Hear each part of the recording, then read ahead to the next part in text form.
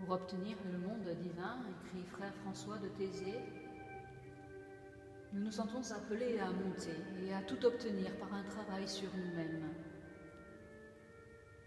Or, voici que tout réside désormais dans le recevoir, lequel n'a besoin que d'un cœur qui se laisse éveiller. Dieu ne se laisse pas trouver dans les nuages, mais ici et maintenant, dans la vie concrète de nos quotidiens.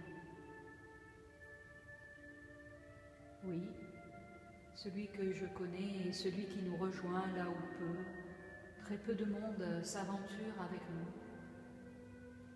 Là où notre honte et notre désespoir nous enferment et nous coupent des autres, de nous-mêmes, souvent aussi de Dieu.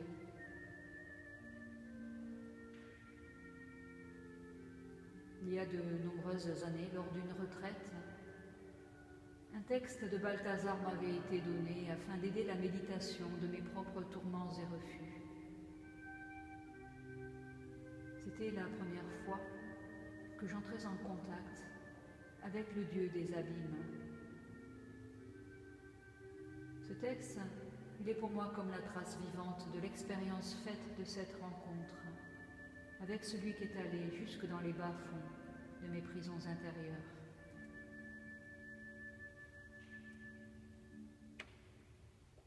Mon fils, entre le milieu de la nuit et le froid du matin,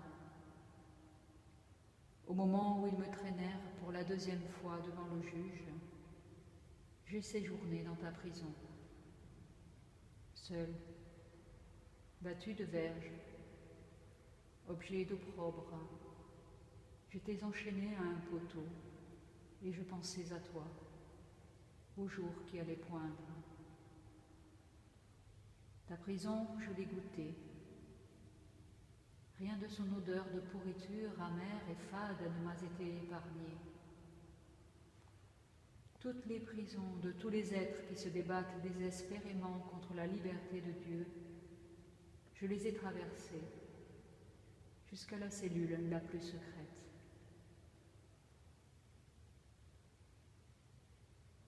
Cette visite dans les prisons de l'âme est déjà inouïe, mais il est une chose plus mystérieuse, plus inouïe, plus inaudible peut-être. Dieu lui-même, en son Fils, est descendu dans le séjour des morts. Jésus est mort. Oui, mort, vraiment mort. Ce n'est pas une figure de style pour donner un quelconque piment à l'histoire de Jésus. C'est une vie vécue de bout en bout. Mourir, c'est tout lâcher, tout perdre, tout remettre. Jésus, en allant au séjour des morts, ne s'est pas seulement trouvé avec les justes et les gentils. Il y a rencontré toutes les figures humaines, des plus affreuses aux plus belles, des plus nobles aux plus terrifiantes. Il y a séjourné avec toute l'humanité, sans exception. Ce n'est qu'ainsi que les abîmes sont réellement visités par Dieu.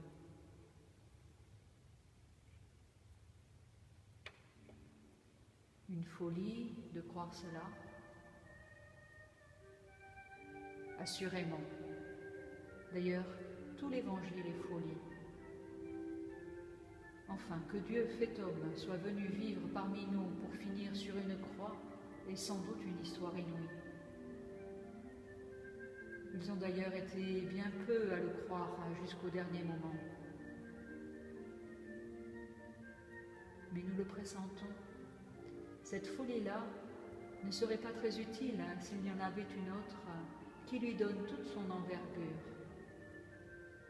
Dieu fait revenir Jésus d'entre les morts. Non seulement Dieu vient nous visiter au plus profond de nos morts, de nos incapacités, de nos désespoirs, mais il nous en relève, nous en fait revenir, nous en délivre. Il ne s'arrête pas à la mort, il sait que la vie est la plus forte. Comment dire ce mystère en quelques mots si simples? C'est l'expérience de chacun qui donne chair à ces mots. C'est l'aventure déjà vécue avec le Dieu des abîmes qui nous autorise à parler.